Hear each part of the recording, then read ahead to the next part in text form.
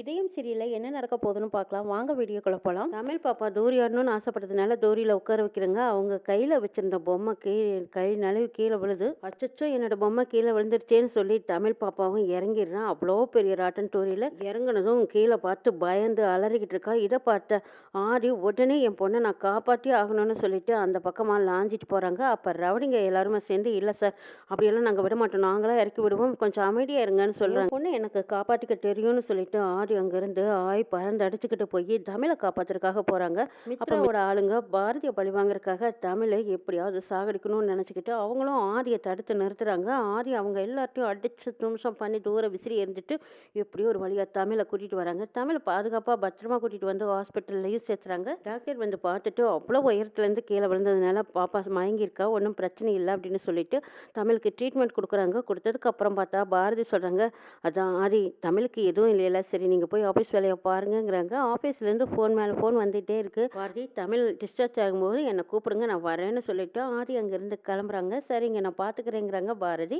திரும்பவும் போய் தமிழை பார்க்குறாங்க. தமிழ் நல்லா கண்ணை அசந்து தூங்கிட்டு இருக்கிறாங்க. மித்ரா பாரதியோட பையனையும் பொண்ணையும் போட்டு தடுறதுக்காக ஏற்பாடு பண்ணியிருக்காங்க. ஒவ்வொரு தடவையும் ஆதி தான் வந்து காப்பாற்றுறாங்க. ஆனால் ஆதி வரும்போது அவருக்குள்ள அவ்வளோ ஒரு சக்தி இருக்கும்னு நான் நினச்சி கூட பார்க்கல நேசா. ஆனால் ஆதி தனி மனுஷனாக இருந்தாலும் இந்த மாதிரி அடிக்கவே முடியாது. அவருக்குள்ள ஏதோ ஒரு சக்தி ஒன்று இருந்ததுனால தான் அவர் இத்தனை பேர்த்தையும் அடித்து காயம் பண்ணியிருக்காங்க. அது மட்டும் இல்லை, அவனுங்களாம் எழுந்திரிக்க முடியாத அளவுக்கு இருக்காங்கன்னா அவருக்குள்ளே இருக்கிற சக்தி தான் அவ்வளோ தூரம் பவர் இருக்குது. அது என்னங்கிறத நம்ம கண்டுபிடிக்கவே முடியல. ஆனால் ஆதி தனி ஒரு மனுஷனா இருக்கவே முடியாதுன்னு சந்தேகப்பட்ட மித்ரா நிஷா கிட்ட அவங்க சந்தேகத்தை சொல்றாங்க. மித்ரா, நீ சொல்றத வச்சு பார்த்தா ஆதி உடம்புக்குள்ள வேற ஏதாவது ஆவி இருக்குமா? சரி, எனக்கு தெரிஞ்ச ஒரு சாமியார் இருக்காங்க, அவங்கள போய் நம்ம பார்க்கலாமா? இப்போ அது என்ன தீர்வுங்கிறத அந்த சாமியார் நமக்கு சொல்லிடுவாரு. அதுக்கப்புறம் அதுக்கேற்ற மாதிரி நம்ம ஆதிகையை பார்த்துக்கலாங்கிறாங்க நிஷா. இதை கேட்ட மித்ராவும், ஆமா நிஷா நீ சொல்றதும் சரிதான். ஒவ்வொரு தடவையும் ஆதிக்கும் ஆதித்யாவுக்கும் ஆபத்து வரும்போதெல்லாம் அவர் தான் வந்து நிற்கிறாரு. அது மட்டும் இல்லை, வந்தாக்குள்ள அவ்வளோ ஒரு ஆக்ரோஷம் எழும்பி நிற்கும் பாரு. அதை பார்க்கும்போது எனக்கே ஒரு நிமிஷம் பயந்து தான் போய் நிற்கிறேன். அது என்னங்கிறது தான் நம்ம கண்டுபிடிச்சாகணுங்கிறாங்க. மித்ரா, நீ ஒன்றும் கவலைப்படாத, அந்த சாமியார் எனக்கு ரொம்ப நல்லா தெரியும், அப்புறம் போய் பார்த்தா நிச்சயமா அதுக்கான தீர்வு கிடைக்கும், போலாம் வா அப்படின்னு மித்ராவும் நிஷாவும் அந்த சாமியார் பார்க்க போறாங்க. ஹாஸ்பிட்டலில் டாக்டர் அம்மா தான் தமிழுக்கு ட்ரீட்மெண்ட் கொடுக்குறாங்க. தமிழை பார்த்துட்டு இவளுக்கு எந்த பிரச்சனையும் இல்லை, இவன் அனுப்பிச்சிடலாங்கிறாங்க. அப்போ ஒரு டாக்டர் வராங்க. வந்ததும், என்னம்மா உங்கள் டியூட்டி முடிஞ்சது, நீங்கள் உங்களை வேறொரு செக்ஷனுக்கு மாற்றிருக்கோம், நீங்கள் அங்கே போகலாங்கிறாங்க. சார் இந்த பேஷண்ட்டை நான் தான் பார்த்தேன், இந்த பொண்ணுக்கு எந்த பிரச்சனையும் இல்லை சார், ஏதோ பயத்தில் தான் வாங்கியிருக்காளே தவிர வேறு எந்த தொந்தரவும் கிடையாதுங்கிறாங்க. இதை கேட்ட டாக்டர், எல்லாம் நாங்கள் பார்த்துக்குறோம், சரி நீங்கள் கிளம்புங்கன்னு சொல்லிட்டு அனுப்பி வைக்கிறாங்க. அந்த டாக்டர் அம்மாவும் யதார்த்தமாக பெரிய டாக்டர் டியூட்டியை மாற்றி போடும்போது போய்த்தானே ஆகணும்னு போகிறாங்க. பெரிய டாக்டரும் டாக்டருக்கு படிச்சுட்டு இருக்கிற மித்ராவோட ஆளும் சேர்ந்துக்கிட்டு வந்து தமிழை பார்க்குறாங்க. அப்போ தமிழை பற்றின விஷயங்கள் அத்தனையும் சொல்கிறாங்க. அதாவது இது குழந்தை, நாம் போடுற இன்ஜெக்ஷன் எல்லாம் இந்த குழந்தை கொஞ்ச நேரம் பேச்சு மூச்சு இல்லாமல் இருக்கும். இவங்க பேரண்ட்ஸை எப்படியோ இந்த குழந்தை போயிட்டுதுன்னு சொல்லி நம்ம நம்ப வச்சிடலாம். அதுக்கப்புறம் நீங்கள் போகிற வழியிலேயே இன்னொரு மருந்தை நான் கொடுப்பேன், நீங்கள் போகிற வழியிலேயே அந்த மருந்தை நீங்கள் இந்த குழந்தைக்கு கொடுத்தீங்கன்னா அந்த துடிப்பு மறுபடியும் இயங்க ஆரம்பிச்சிடும். குழந்தைக்கு இதய துடிப்பிலிருந்து நாடி நரம்புகள் அனைத்துமே வேலை செய்ய ஆரம்பிச்சிடும். அந்த குழந்தைக்கு நினைவும் வந்துடும். குழந்தையோட இருதயத்தை நீங்கள் மாற்றி வச்சுக்கலான்னு டாக்டர் ஐடியா சொல்லிக்கிட்டு இருக்காங்க. இதை கேட்ட அந்த டாக்டரும், சரிங்க சார் நீங்கள் சொன்ன மாதிரியே நாங்கள் போகிற வழியிலேயே குழந்தைக்கு உயிர் வர வச்சிடுறோங்கிறாங்க. அது மட்டும் இல்லை, நீங்கள் அதில் ஒரு நிமிஷத்தை தவற விட்டீங்கன்னாலும் குழந்தைக்கு ஆபத்து ஆனாலுமே அவங்களோட உறுப்புகள் எதுக்குமே பிரயோஜனம் இல்லாமல் போயிடும். அதனால எச்சரிக்கையாக நீங்கள் போகிற வழியில் குழந்தைக்கு உயிர் கொடுத்துடணும்னு சொல்லிடுறாங்க டாக்டர். இதை கேட்ட அந்த டாக்டர், இவங்களுக்கு செய்கிற மாதிரியே மாற்று சிகிச்சையை நாங்கள் கரெக்டாக செஞ்சுருவோம் சார், எப்படியோ குழந்தைய மட்டும் எங்ககிட்ட நீங்கள் அனுப்பிச்சிங்கன்னா போதும்னு சொல்லி ரெண்டு பேரும் பேசுகிறாங்க. குழந்தைக்கு இன்ஜெக்ஷன் போடுறதுக்கான டைம் எதிர்பார்க்குறாங்க. இந்த இன்ஜெக்ஷன் போட்ட கொஞ்ச நேரத்துலேயே அவங்க அப்பா அம்மாவையும் நம்ப வச்சு உடனே நான் மார்ச் வரைக்கும் அனுப்பிச்சி வச்சிடறேன். அனுப்பிச்சி வச்சதும் நீங்கள் அங்கேருந்து குழந்தைய ட்ரான்ஸ்ஃபர் பண்ணிட்டு போயிடணும். போகிற வழியிலேயே நீங்கள் இந்த குழந்தைக்கு உயிர் வர வச்சு அதுக்கப்புறம் நீங்கள் அறுவை சிகிச்சை ஆரம்பிச்சுக்கலான்னு டாக்டர் சொல்கிறாங்க. சரி வெயிட் பண்ணுங்க, இப்போ வந்துடுறேன்னு சொல்லிட்டு அந்த பெரிய டாக்டர் வெளியில் போகிறாங்க. அப்போது பாரதி உள்ளே வர்றாங்க. வரும்போது இந்த டாக்டர் ஓடி ஒளிஞ்சுக்கிறாரு. அவங்க பர்ஸை மறந்து வச்சுட்டு போயிடுறாங்க. அப்போ தமிழை பார்க்குறாங்க. தமிழ் நல்லா தூங்கிட்டு இருக்கிறாங்க. இதை பார்த்த பாரதி, அப்பாடா தமிழ் இன்னும் கொஞ்சம் நேரத்தில் கண்முழிச்சிடுவான்னு டாக்டர் அம்மா சொல்லியிருக்காங்க, அதுக்குள்ளேயே போய் அவளுக்காக ஜூஸ் வாங்கிட்டு வந்து வச்சுக்கலாம், எழுந்திரிச்சதும் கொடுக்கலான்னு சொல்லிட்டு போய் ஜூஸ் வாங்குறதுக்காக வந்து பர்ஸ் எடுத்துகிட்டு போகிறாங்க பாரதி.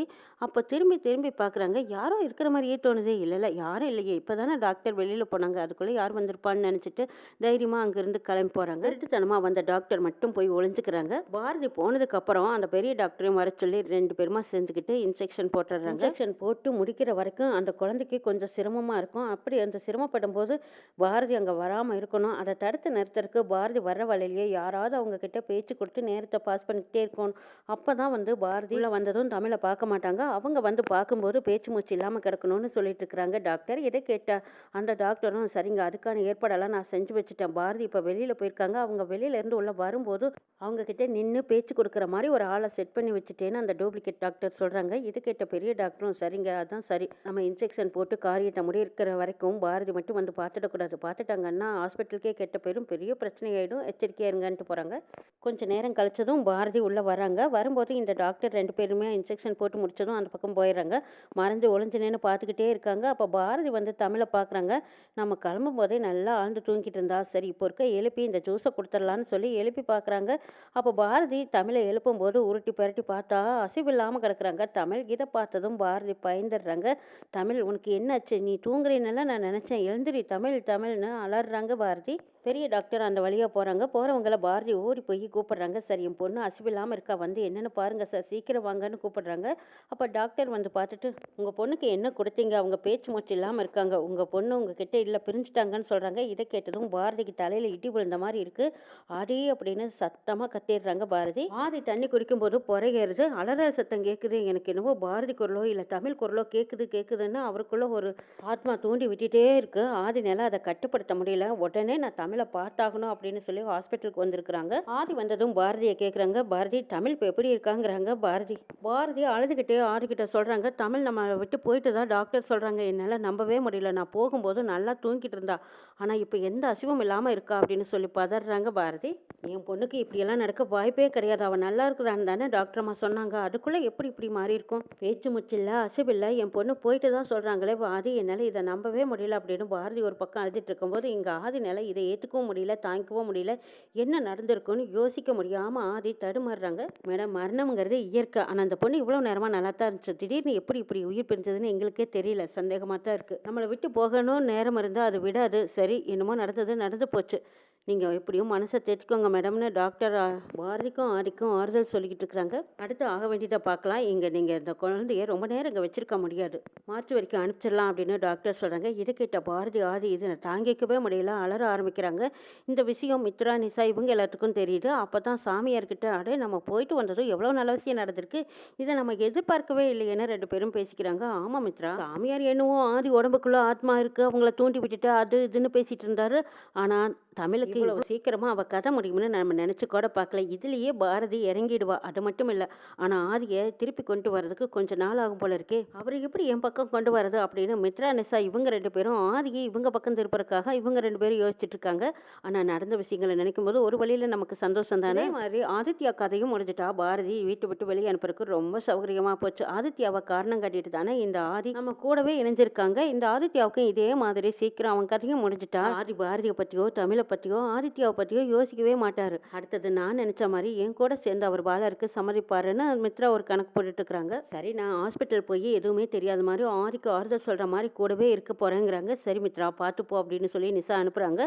மித்ராவும் ஹாஸ்பிட்டலுக்கு வராங்க. இங்கே ஆதி பாரதி எல்லாரும் அழுதுட்டு இருக்கிறத பார்த்த மித்ரா எதுவும் தெரியாத மாதிரி ஆதிக்கு ஆறுதல் சொல்கிறாங்க. அங்கே மனோ வராரு. மனோ வந்ததும் அங்கே மித்ரா மட்டும்தான் நிற்கிறாங்க. ஆனால் நிசாவுக்கான நிசா மட்டும் மனோ கையில் கிடச்சிருந்தாரு. நிச்சயமாக அதே இடத்துல பெரிய ரகலையும் நடந்திருக்கு. ஆனால் நிசா இவங்க வர்றவாங்க தெரிஞ்சிருந்தே ஒழிஞ்சுக்கிறாங்க. மன வந்ததும், அக்கா என்னாச்சு, ஏக்க இப்படி எல்லாரும் அழுகுறீங்க அப்படின்னு கேட்குறாங்க. அப்போ தான் பாரதி சொல்கிறாங்க, தமிழாக தான் இருந்தா இப்போ நம்மளை விட்டு போயிட்டான்னு சொல்கிறாங்க. இதை கேட்ட மனோ தாங்க முடியாமல் இடிஞ்சு போயிடுறாரு. அக்கா என்ன சொல்கிற, நல்லா தானக்கா இருந்தாங்கங்கிறாங்க. ஆமாம் மனோ, நான் ஜூஸ் வாங்கிட்டு வரலான்னு போனேன், வந்து பார்க்கும்போது தமிழ்கிட்ட எந்த அசைவுமே இல்லை, நான் பயந்துட்டேங்கிறாங்க. நல்லா பார்த்தீங்களா, அப்படியெல்லாம் இருக்கவே வாய்ப்பு இல்லைன்னு மனோ ஒரு வார்த்தை சொல்கிறாரு. இருந்தாலும் ஆதினாலையும் இதை நம்பவே முடியல. திரும்ப திரும்ப போய் தமிழையே பார்க்குறாங்க. அங்கே நின்று எல்லாருமே அழுதுட்டு இருக்கும்போது அந்த பக்கமாக டாக்டர் வராங்க. டாக்டர் அம்மா வந்ததுக்கு அப்புறம், என்ன பாரதி ஏன் இப்படி அழுகுறீங்கன்னு கேட்குறாங்க.